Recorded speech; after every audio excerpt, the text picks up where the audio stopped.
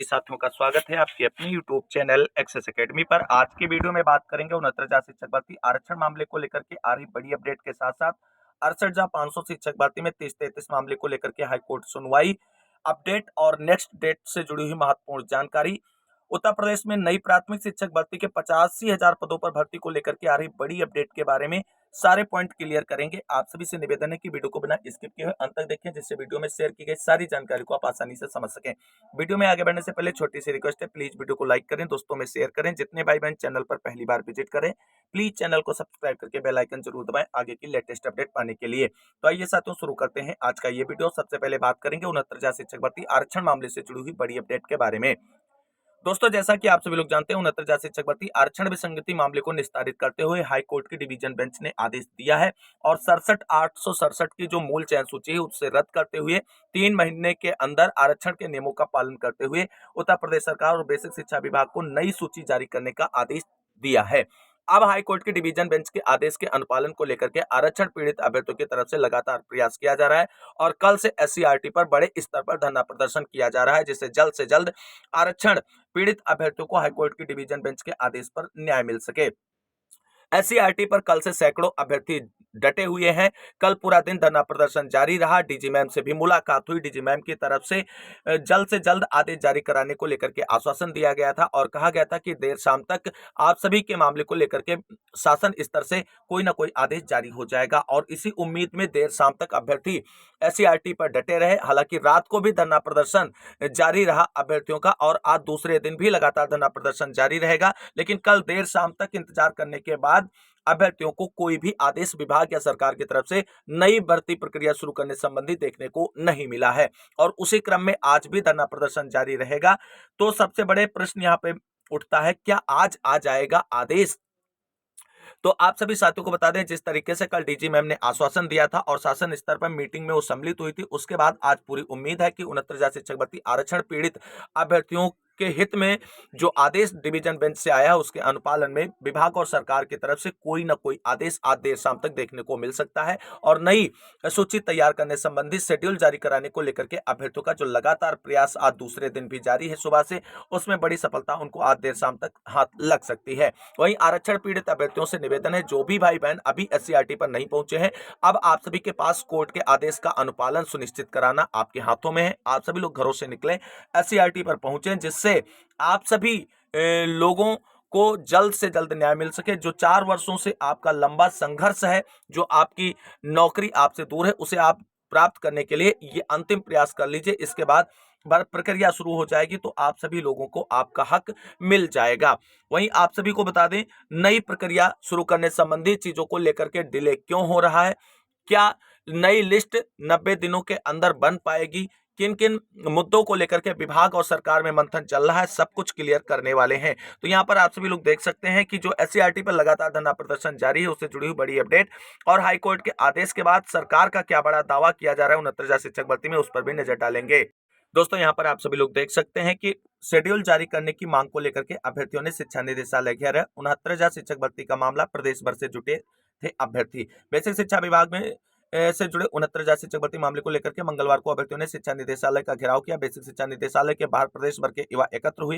High court के आदेश के बाद अभ्यर्थियों ने शासन से नियुक्ति प्रक्रिया का शेड्यूल जारी करने की मांग की। धरने में शामिल अमरेंद्र पटेल ने बताया कि शिक्षक भर्ती में बड़े स्तर पर एससी, एसटी व ओबीसी वर्ग के अभ्यर्थियों के साथ अन्याय किया गया और उन्हें नौकरी देने से वंचित कर दिया गया। एक लंबे आंदोलन और न्यायिक प्रक्रिया से गुजरने के बाद हाईकोर्ट की डबल बेंच ने हम आरक्षित वर्ग के अभ्यर्थियों के हित में फैसला करते हुए अभ्यर्थियों को नियुक्ति दिए जाने का आदेश दिया है। अभ्यर्थियों ने मांग की है कि सरकार जल्द इस प्रकरण का समाधान करे और एक शेड्यूल जारी करके बताया कि हम पीड़ितों की नियुक्ति कब की जा रही है। कोर्ट ने 69,000 शिक्षक भर्ती मूल चयन सूची रद्द करने का आदेश दिया है। सरकार को 3 महीने के अंदर आरक्षण नियमों का पालन करते हुए नई सूची जारी करने को कहा है।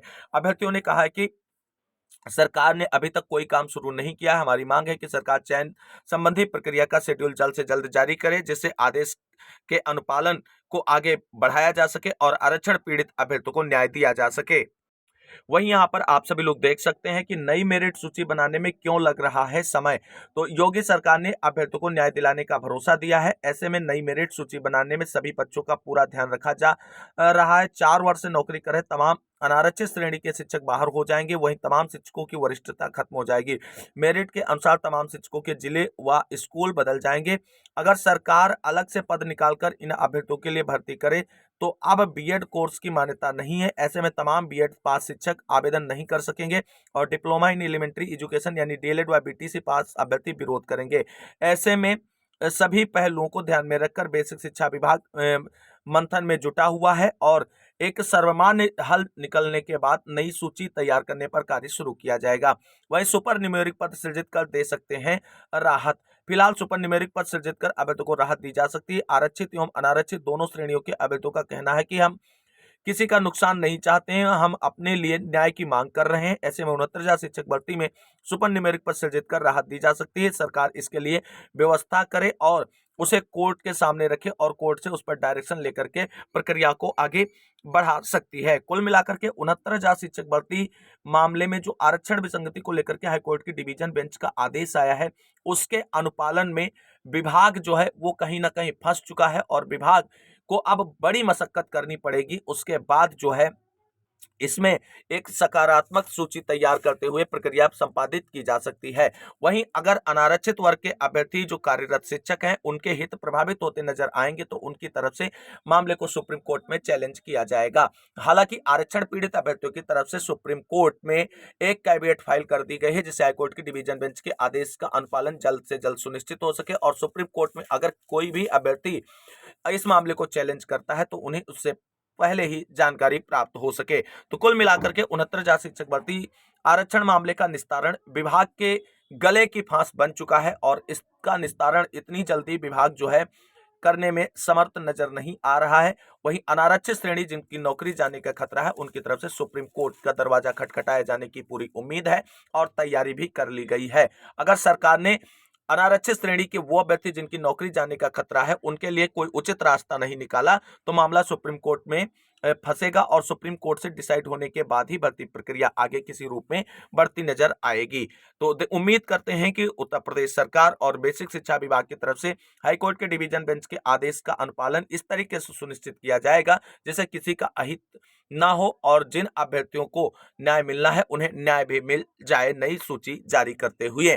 तो देखना ये होगा कि क्या कट ऑफ रहती है इन सारी चीजों को लेकर के। विभाग की तरफ से जब ऑफिशियल कोई लेटर आएगा तब उसके बारे में आप सभी को चैनल के माध्यम से जानकारी दी जाएगी।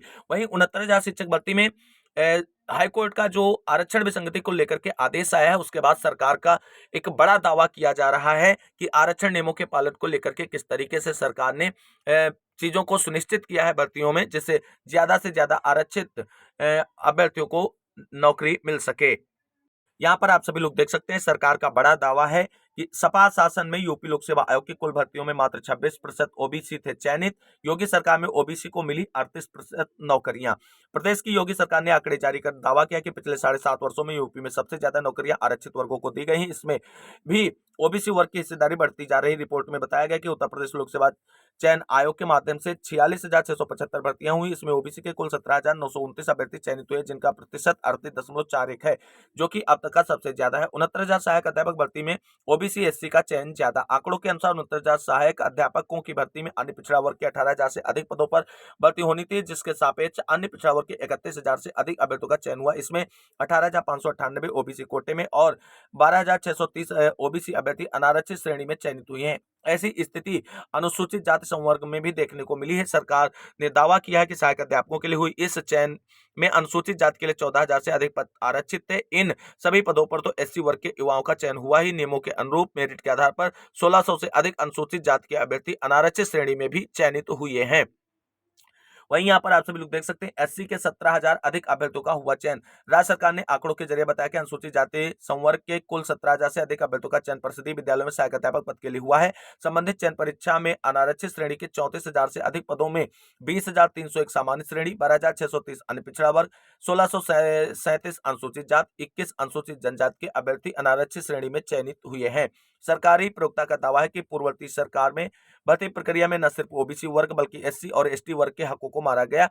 2015-16 में 86 में से 56 एसडीएम एक ही जाति विशेष के चयनित हुए थे। 2012-17 में आयोग ने 26,394 पदों पर नियुक्ति में 13,469 पदों पर सामान्य, 6,966 पदों पर ओबीसी, 5,634 पदों पर एससी और 327 पदों पर एसटी के युवाओं का चयन हुआ था। इसमें ओबीसी का प्रतिशत केवल 26.38% था। तो कुल मिलाकर के 69,000 शिक्षक भर्ती में अभी भी आंकड़ों को लेकर के सरकार का बड़ा दावा किया जा रहा है। अब देखना है कि मूल चयन सूची जब रद्द होगी तो नई चयन सूची जब बनेगी तो उसमें किस तरीके की विसंगतियां दूर होंगी, कितने नए अभ्यर्थियों का आरक्षित वर्ग के चयन होगा, ये देखने वाली बात होगा कि ये बहुत ही महत्वपूर्ण है। किस तरीके से दावे किए जा रहे हैं, क्या नई जो शिक्षक भर्ती की चयन सूची बनने जा रही है उसमें कोई बड़ा उलटफेर देखने को नहीं मिलेगा इन आंकड़ों के अकॉर्डिंग, या होगा, ये सारी चीजें अभी भविष्य के गर्त में है और फिलहाल इसके लिए हम सभी को ऑफिशियल रूप से इंतजार करना पड़ेगा आदेश आने तक।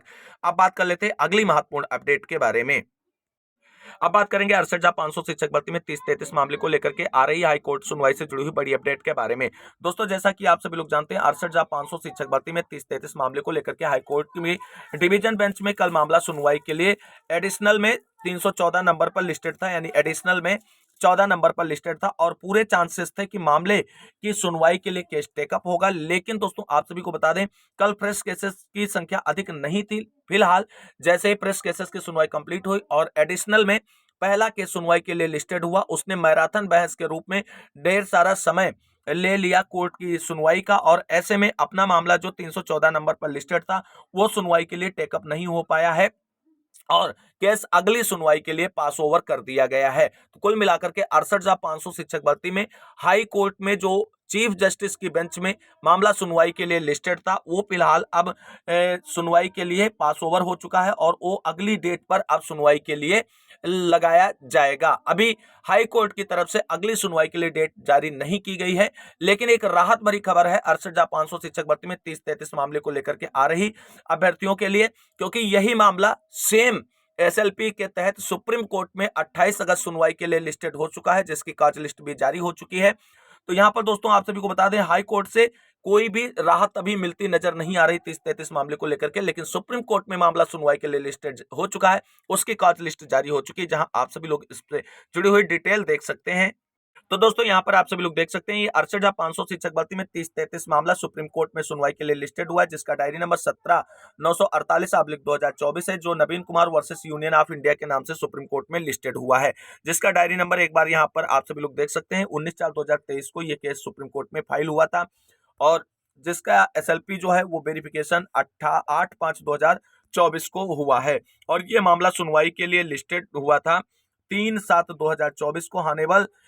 Honourable mister justice Sudhanshu Dhulia and honourable justice Asauddin Aman Ullah की बेंच में, और उसके लिए आगे की सुनवाई के लिए भी उन्हीं के बेंच में इस केस को लिस्टेड किया गया है, जहां पर आप सभी लोग देख सकते हैं 28/8/2024, यानी 68,500 शिक्षक भर्ती में 30-33 जो मामला है वो अब सुप्रीम कोर्ट में 28 अगस्त सुनवाई के लिए लिस्टेड हो चुका है और ये एक अच्छी और राहत भरी खबर है उन सभी अभ्यर्थियों के लिए जो 30-33 मामले को निस्तारित होता नजर आ रहा है जिनको। तो अब सभी अभ्यर्थियों से उम्मीद है कि वो अपने अपने पैरवीकारों से स्पेशल अपील करेंगे कि मामला सुप्रीम कोर्ट में सुनवाई के लिए लिस्टेड हो चुका है, तो हाई कोर्ट में मौका नहीं मिल रहा है सुनवाई के लिए, ऐसे में सुप्रीम कोर्ट में इसमें मजबूत पैरवी की जाए और 68,500 शिक्षक भर्ती में 30-33 मामले को निस्तारित करते हुए 22,000 रिक्त पदों पर जो है नियुक्ति प्रक्रिया का मार्ग प्रशस्त किया जाए।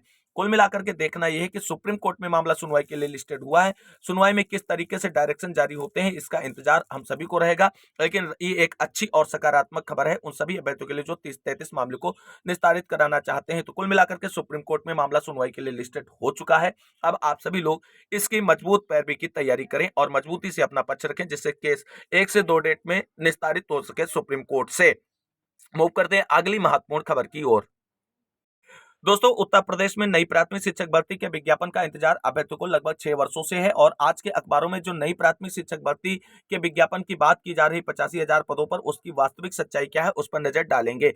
दोस्तों जैसा कि आप सब लोग जानते हैं 69,000 शिक्षक भर्ती मामले में मुख्यमंत्री जी की तरफ से मामले को निस्तारित करने के लिए जो डायरेक्शन विभाग के अधिकारियों को जारी किए गए हैं, उसके बाद यहाँ पर आप सभी लोग देख सकते हैं परिषदीय स्कूलों में होगी 85,000 शिक्षकों की भर्ती। 69,000 शिक्षक भर्ती में आरक्षण को लेकर मुख्यमंत्री के स्पष्ट आदेश के बाद शुरू हुई तैयारी। हाईकोर्ट में आरक्षण को लेकर मामला लंबित होने से 4 साल से ठप पड़ी थी सुपर टीटी परीक्षाएं।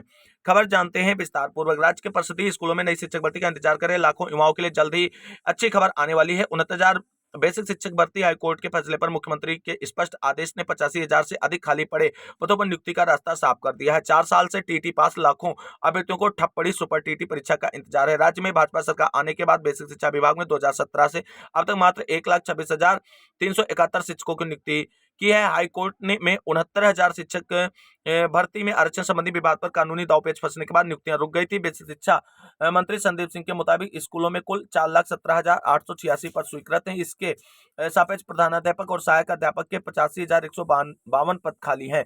वह अंशकालिक अनुदेशक, शिक्षा मित्र और सहायक अध्यापकों को मिलाकर वर्तमान में कुल 6,28,915 शिक्षकों का दावा करते हुए बेसिक शिक्षा विभाग में 30 बच्चों पर एक शिक्षक और अपर प्राइमरी में 35 बच्चों पर एक शिक्षक का अनुपात होने से पढ़ाई में कोई दिक्कत नहीं मानते हैं। मगर अब हाईकोर्ट के में विवाद खत्म होने और मुख्यमंत्री योगी आदित्यनाथ की ओर से सुप्रीम कोर्ट जाने की अटकलों को खारिज करने के बाद काम चलाऊ व्यवस्था की जगह नए शिक्षकों की नियुक्ति का रास्ता साफ हो गया। इसके लिए यूपीटीटी और सीटीटी पास अभ्यर्थियों को सुपर टीटी परीक्षा देनी होगी। राज्य सरकार नई भर्ती में सुप्रीम कोर्ट के आदेश का पालन करते हुए बीएड करने वालों को प्राइमरी शिक्षक भर्ती से बाहर रखेगी। यानी बीएड करने वालों का कक्षा 1 से 5 तक के बच्चों को नहीं पढ़ा पाएंगे। सिर्फ बीटीसी, बीएसटीसी, डीएलएड करने वाले ही प्राइमरी स्कूल में टीचर बन पाएंगे।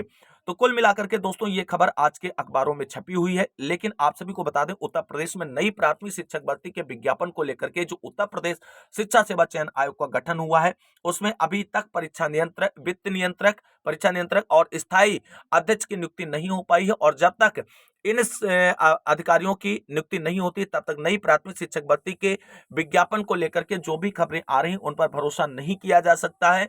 और नई शिक्षक भर्ती के विज्ञापन का अनाउंसमेंट उत्तर प्रदेश शिक्षा सेवा चयन आयोग के अध्यक्ष के द्वारा ही किया जाएगा। और जब तक अध्यक्ष की नियुक्ति नहीं होती है और एग्जाम कैलेंडर उत्तर प्रदेश शिक्षा सेवा चयन आयोग का नहीं जारी होता है, तब तक इस तरीके की खबरों पर भरोसा करना और भरोसा करके बैठ जाना, वो कहीं ना कहीं जल्दबाजी और मूर्खता भरा फैसला हो सकता है। तो कुल मिलाकर के ये जो खबर आज के अखबारों में छपी है, नई 85,000 पदों पर शिक्षक भर्ती के विज्ञापन को लेकर के, इस पे अभी भरोसा करना बहुत जल्दबाजी होगा, क्योंकि अभी शिक्षा सेवा चयन आयोग अभी आधा अधूरा है। और जब तक वो नहीं पूरा होगा तब तक नई शिक्षक भर्ती के विज्ञापन का सपना भी हम सभी का नहीं पूरा होने वाला है।